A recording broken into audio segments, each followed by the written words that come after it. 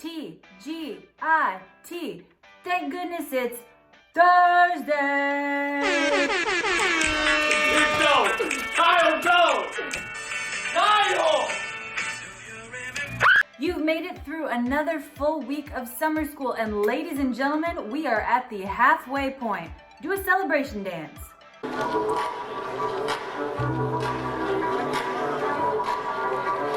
Today we're going to wrap up our conversation about author's purpose. So on Tuesday, we talked about all the different purposes for writing.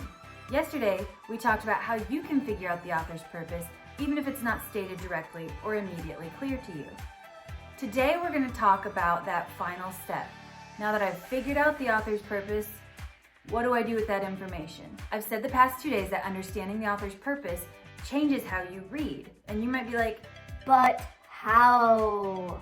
And that is a fair question. So let's talk about it. To start off, let's have a little slice of pie. Dorothy, sing your song about pie. You have a song about pie? Actually, I do. Pie, pie, me oh my. No, friends, it's not dessert time. I mean, let's review our acronym for author's purpose. P is persuade, when an author's trying to convince you of something or get you to take action. I is inform, when the author is just educating you on a topic and giving you facts and information. E is for entertain, when the author is just trying to engage you in the story and maybe teach you a life lesson. So as I said earlier, once you've figured out that author's purpose, you as a reader are going to move forward differently. You're going to read for different things. So let's reverse the pie again. Here I come. Oh no. As we move from entertain to inform to persuade, it gets a little bit more complicated how you should read. Now, if you have figured out that your author's purpose is to entertain, most likely you are reading a narrative. What's a narrative? Once upon a time! A narrative is any story, whether fiction or nonfiction. A narrative is a story, point blank period. Whether that story is fiction or nonfiction, whether it is a short story or a complete novel or a poem or a play, it is telling a story. Period. You might remember that all narratives have a plot, and they all develop in a similar way. Exposition, conflict, rising action, climax, falling action, resolution. So if I know I'm reading something that is intended to entertain me, I already know the structure it's going to follow. So I know what to anticipate. I know that plot development is important. I also know that characterization and character development is important. I'm going to want to watch how my characters grow and change over the course of the story. This is different from text written with other purposes because they often don't have characters. At the most, they might have the author's presence there, but not really characters that develop. And most importantly, a narrative has a theme. I had a moment last year where I was like, why do I get so passionate about these stories I read that are totally made up about people who don't even exist? It's still real to me! And it's because these stories teach me life lessons. There are themes in these stories.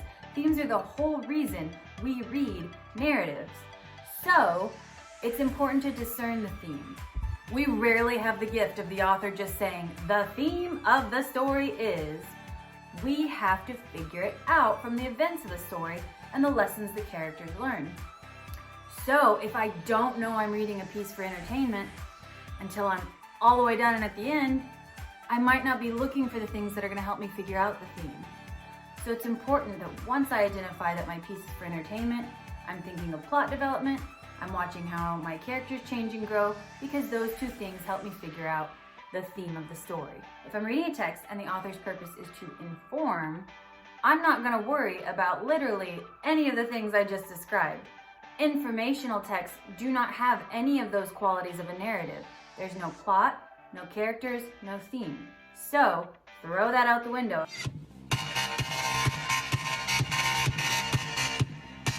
If I read an informational text looking for those things, I'd be confused and frustrated because they're not there. When the author's purpose is to inform, we do know we're going to get a lot of new information. So our main job as a reader is categorizing that new information and making sure we understand all of the concepts that we're being taught. If I'm reading a text intended to inform, I need to pay more attention to my text features, my vocabulary, and instead of following a plot development, I need to be sorting and categorizing the new information I'm getting and making sure I understand it. Finally, if the text is intended to persuade, there's a whole lot we need to do as a reader. The main goal is to figure out what exactly is it the author is trying to persuade us to think or do. The next step is deciding, do we agree with the author? There's a whole lot we could do with this, and we'll come back to it.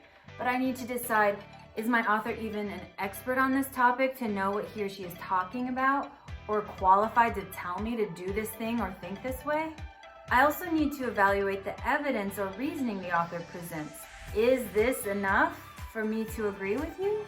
So when I'm reading something that I know is intended to persuade, I really need to question the text, I need to evaluate the evidence, and I might even need to go as far as doing a little bit of background research and fact checking. It's not always that deep, but when it's an important issue, it's worth it. You want answers? I think I'm entitled. You want answers? I want the truth! You can't handle the truth!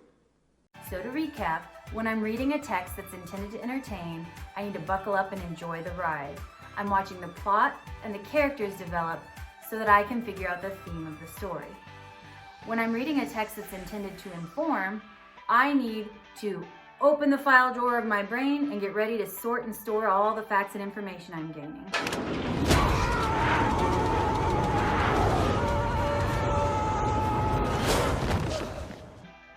And when I'm reading something intended to persuade, I need to be prepared to question the author, evaluate the evidence, and make up my mind how I feel about the topic.